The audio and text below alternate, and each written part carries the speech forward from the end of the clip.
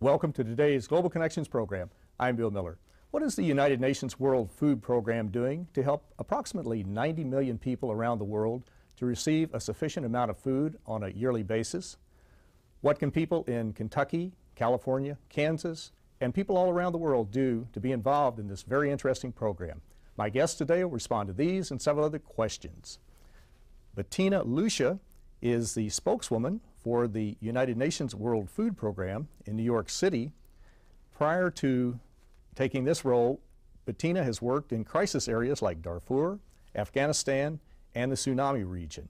Before joining the United Nations, she worked for 15 years as an anchor, reporter, and field producer for CNN based in Atlanta, Frankfurt, and Berlin, Germany.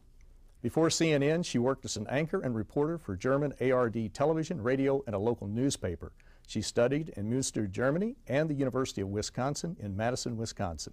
Bettina Luescher, welcome to today's Global Connections program. Thank you so much for having me, Bill. I appreciate you being with me. I'm sure many of our viewers have picked up the paper, they've heard on CNN or some of the other media outlets, they've heard about the World Food Program. They may not have connected the United Nations with the World Food Program, but what exactly is the World Food Program, or as we'll say from now on, WFP? It makes it a lot quicker and a little shorter, but what is WFP? WFP is the world's largest aid organization, and we basically make sure that people in need, people who are hungry, people who are starving, get something to eat. It's a very basic mission, it's a very important mission.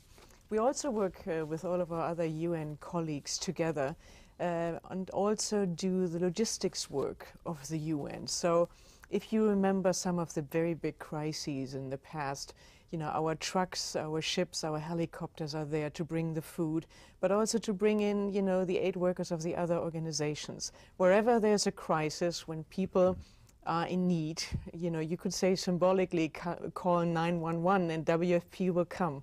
We're usually the first ones in and the last ones out. So it's a very important and a very tough task that we have. It certainly is.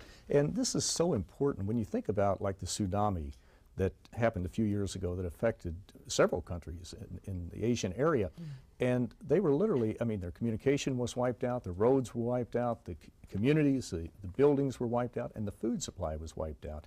And of course, we can only go so long without water and food. It's very, very critical. How do you mobilize so quickly to get food into that area when you basically don't have the infrastructure? There's just nothing there to help you bring the food in.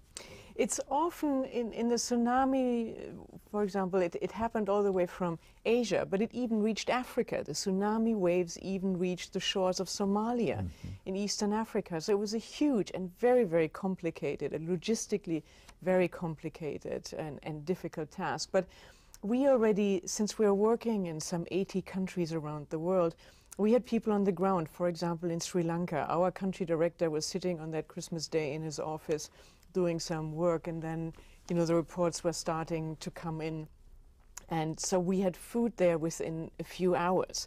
It, of course, was much more complicated in the worst part in Banda Aceh. As you recall, those horrible pictures from that one town where that was very close to the epicenter of that seaquake. And I went there, and it was just amazing to see.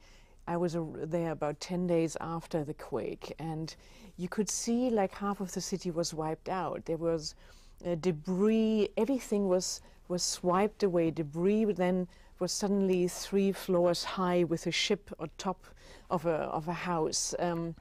So half of the town was wiped out, and the other half of the town was totally untouched. Life went on as normal, and we, within a few hours, mobilized trucks and got the rice supplies that the Indonesian government had and started a huge logistical operation, because it's so crucial. People have nothing. They have lost everything, and we are the ones who then, with a really crack team of experts and aid workers that we mobilized from all over the world. Everybody dropped everything. All of vacations were canceled. People flew in from all over the world, and we brought people rice and we brought people fish, and we coordinated closely with our other UN partners. It's a tough one, but we have done it for over 40 years. We know how to do this quickly, and so the people within a few hours or a few days got food very quickly. This is extremely important. Now, you also run several feeding programs around the world, and we have some footage on a program that you have in Kenya. Tell us about these feeding programs. How do you develop them? Do you work with the governments?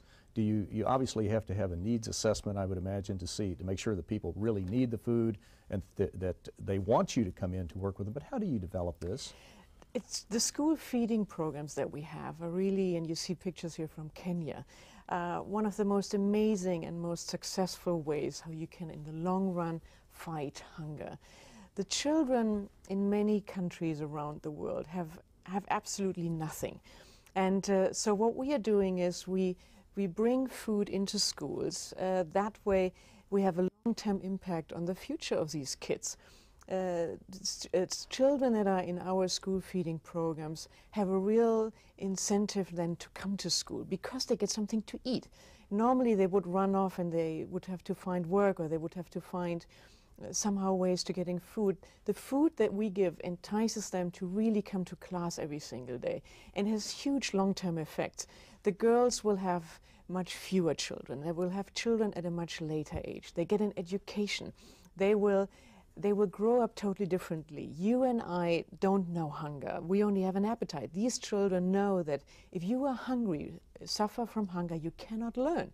So we not only help them to grow up healthy so that their bones are strong, that their minds are strong, but we also give them a long-term education. It's one of the best things that we do worldwide, and it costs very little.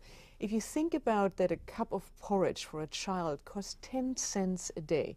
Just think of that, 10 cents a day for a cup of porridge in school, and this kid will have a totally different future. And so it's one of the best things that we do. It's like 20 million children in countries all over the world are receiving food from us every single day, and it makes a huge impact.